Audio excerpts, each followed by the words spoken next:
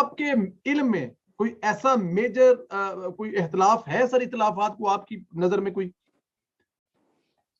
دیکھیں سندیلا صاحب، میں اس طرح کی، آپ کو پتہ ہے میں آج کل ٹی وی سے اور ان چیزوں سے بہت دور رہتا ہوں. آپ سے محبت کا میرا رشتہ ہے، اور آپ نے کہا تو میں بہت شکریہ. اور پہلی دفعہ اس سوال کا بھی میں آپ کے سامنے جواب دیتا ہوں. میں اس خاندان کو، میاں صاحب کو، شہباز صاحب کو، بچوں کو بہت قریب سے جانتا ہوں. میں ان کی فیملی کے ایک رکن کے طور پہ رہا ہوں. میں نے اتنا احترام اور اتنی ایک دوسرے سے قربت کم ہی دیکھی ہے جتنی ان دو بھائیوں میں جو اب اس وقت رہ گئے ہیں پائی جاتی ہے. عباس شریف تو دنیا سے رخصت ہو گئے، جب وہ بھی تھے تو میں یہی ان کا ماحول دیکھتا تھا. تو انفرادی طور پر خون کے رشتے کے حوالے سے، خاندان کے حوالے سے، بڑے اور چھوٹے بھائی کے باہمی رشتے کے حوالے سے یہ ایک مثالی گھرانہ ہے. اب رہی بات کہ جی بیانیے کے حوالے سے جو اختلافی نقطہ نظر لوگ سمجھتے ہیں جی کہ ایک بیانیہ میاں صاحب کا ہے، آپ ذرا تھوڑی دیر کے لیے میری بات کو تحمل سے سنیے کہ میاں صاحب جو کچھ کہتے ہیں وہ تو میں نے بیان کر دیا تفصیل کے ساتھ ان کا بیان. شہباز صاحب اگر یہ کہتے ہیں کہ ہمیں اگر 2018 میں میاں صاحب وسیع حلقہ مشاورت کے تحت بات مان لیتے تو شاید آج بھی وزیر اعظم. یہ بات انہوں نے کہی ہے اب یہ ریسنٹلی. اب اس بات کو ٹرانسلیٹ کریں. اس بات کو جب ہم ٹرانسلیٹ کرتے ہیں تو ٹرانسلیشن یہ ہے کہ ان کو وزیر اعظم نہیں بننے دیا گیا اس لیے کہ انہوں نے وہ کچھ نہیں کیا جو ان کو مشورہ دیا جا رہا ہے.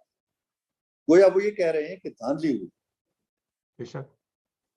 دھاندلی کے اوپر شہباز صاحب کا بھی اتفاق ہے کہ جی ہمیں اس لیے ہرایا گیا کہ شاید کچھ تحفظات تھے کچھ لوگوں کے، وہ ہم دور نہیں کر سکے، لہٰذا ہمیں ہرا دیا گیا.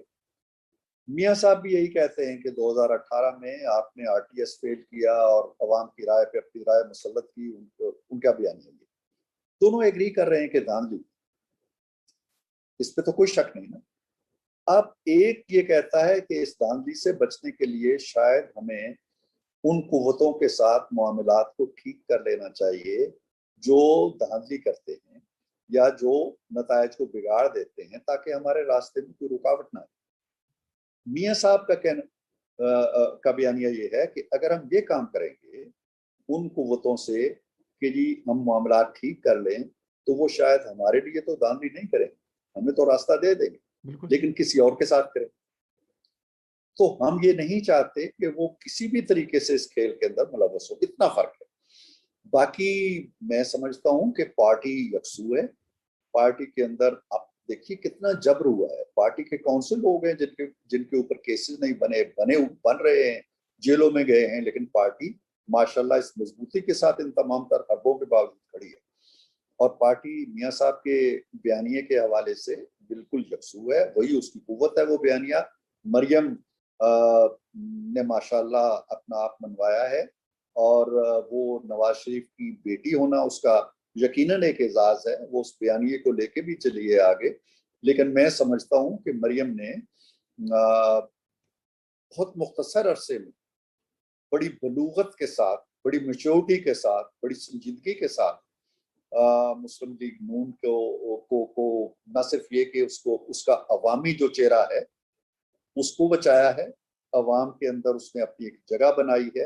اور میں کم از کم پچھلے کئی سالوں سے دیکھ رہا ہوں اتنا کراؤڈ پولر کوئی نہیں ہے سوائے مریم کے. وہ بغیر کسی نوٹس کے بھی کہیں چلی جائے گی تو سینکڑوں ہزاروں کا مجمع وہاں جمع ہو جائے گا. تو مریم کے اندر پوٹینشل ہے، اور اس پوٹینشل کی وجہ بھی وہ بیانیہ ہے، وہ قوت ہے، وہ دلیری ہے، وہ بہادری ہے جو ایک خاتون ہونے کے ناطے اور تمام تر مشکلات کو دیکھتے ہوئے بھی وہ اپنے راستے کو آگے بڑھا رہی ہے. معاملہ صرف یہ ہے سندیلا صاحب، میں یہاں پہ یہ واضح کر دوں کہ کوئی چیز بھی کسی ادارے کے، کسی گروہ کے یا کسی گروپ کے خلاف نہیں.